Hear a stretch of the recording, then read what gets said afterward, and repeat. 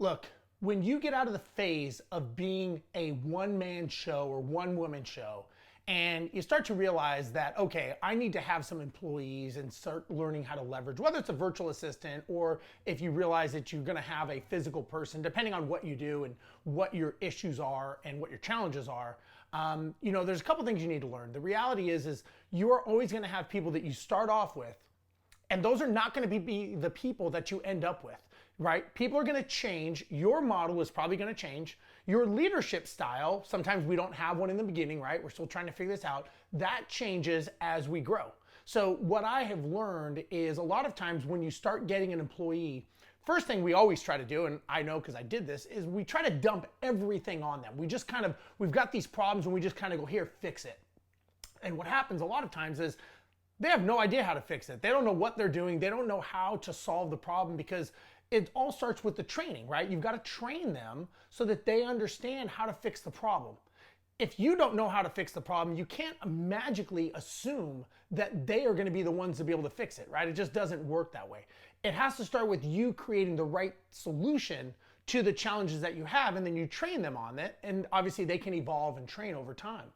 Now, the one thing that I've learned is as you become an employer, meaning you have people who work for you, whether they're virtual assistants, contractors, I start seeing a trend with some people. And the trend I start seeing is they start going through employees, they start going through contractors, they just start going through a lot of different people, and they're telling me all the bad things and all the problems with all the people. And sometimes I sit there and I just think to myself, okay, are they problem people or are you the problem? And a lot of times you're the problem because you haven't created right solutions, right metrics, right measurements, or expectations with the people you're working with. So a lot of times I always tell people, if you start seeing a revolving door of employees, you don't have a people problem. You probably have a leadership problem or you have a systems problem. So really think about that when you are working with employees and you start seeing a trend of people being unhappy, because one unhappy employee, that can be toxic to the rest of the group that you have.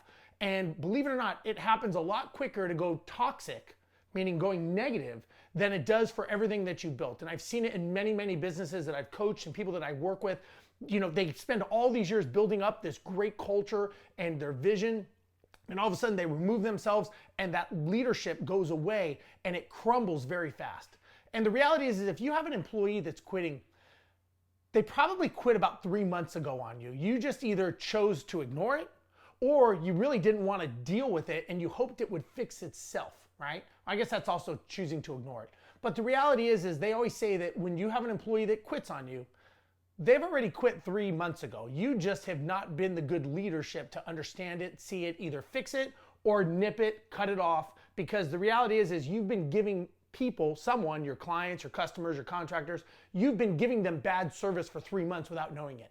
And I used to always be told that whenever you had a bad employee and that bad employee quit, take out your checkbook and write a check. And you'll find that after about 3 months and you have enough of them, you will see it's a certain amount that you're always going to write in problems, damages, and issues.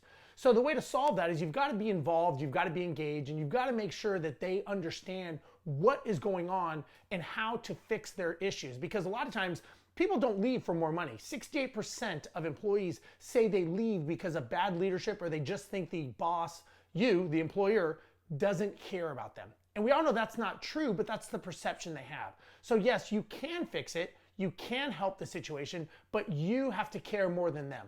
Remember, it's your business and you can't lead by abdication. What I mean by that is you cannot lead by simply giving it to someone and assuming that they're gonna know. That's not how it works.